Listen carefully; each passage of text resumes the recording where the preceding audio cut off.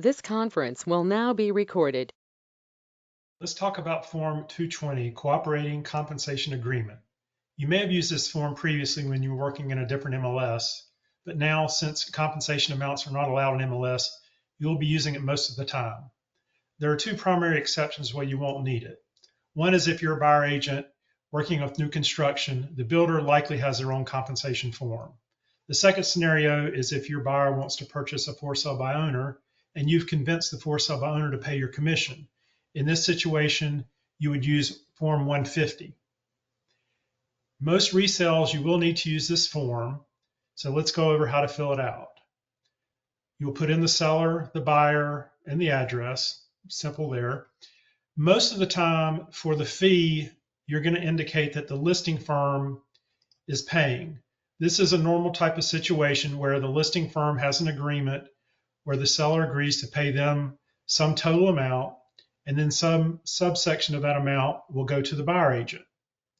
Let's say, for example, that you call the listing agent and they tell you that the seller is willing to pay 2.5% that comes from the listing firm.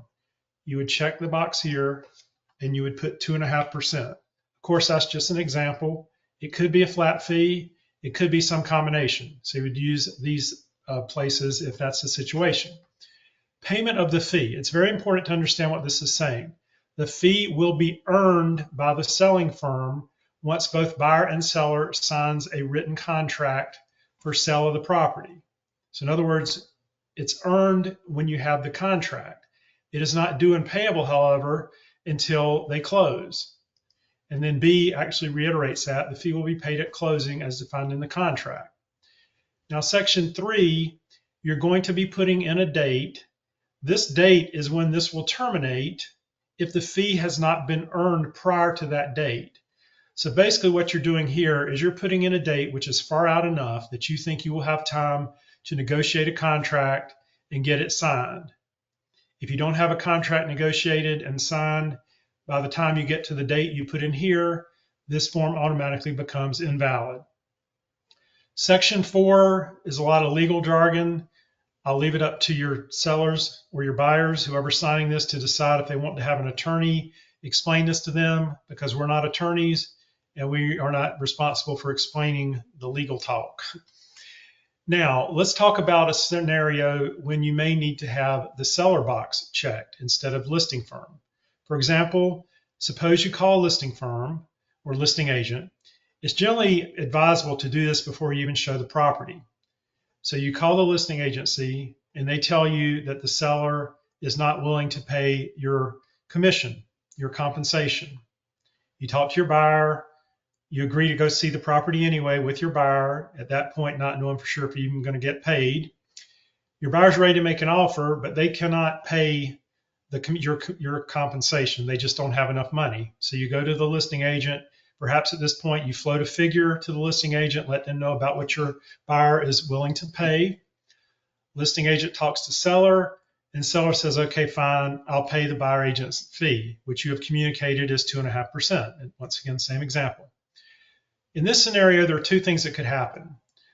The listing agency could change their listing agreement to show 2.5% that their seller is willing to pay through the listing agency, but it would be much easier if instead you just have the seller pay directly. It still comes off of their side of the settlement statement, but it does not go through the listing firm. So in this scenario, it's easier to just put seller paying, they're paying 2.5%. Now in this scenario, the seller absolutely must sign because they're agreeing to pay 2.5%. In the previous scenario, where it was going through the listing agency, they've already agreed to pay that because that was what was in the listing agreement. Listing firm, selling firm have to sign no matter what. You should also get the buyer to sign because the buyer has the right to know who's getting paid commission and how much they're getting paid. Now there's another scenario that could come into play. Say with that phone call you made to the listing agent told you, yes, my seller is willing to pay 1% going through the listing firm via the listing agreement. You tell them, well, wait a minute, my fee is 2.5%. Talk to the seller. Seller agrees, okay, fine, I'll kick in the 1.5% extra to pay the buyer agent. Now in this scenario, once again, instead of changing the listing agreement to show a total of 2.5%, they can keep the listing agreement as it is, and then you would just indicate here that the seller is paying 1.5%. Now you still need to cover the 1% that was originally going to be paid, and you would do that with a second 220. So you have one 220 that shows the seller is paying directly 1.5%. You would have a second 220 showing 1% being paid by the listing firm. So if the listing firm is paying part and the seller is paying part, you need two Form 220s. Once again, seller has to sign the one that says they're paying. It's optional for the seller to sign the one that says the listing agency is paying. Buyer, selling firm, listing firm should always sign.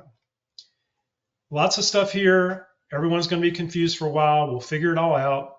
If you have any questions, make sure you talk to your district director and they will help you out.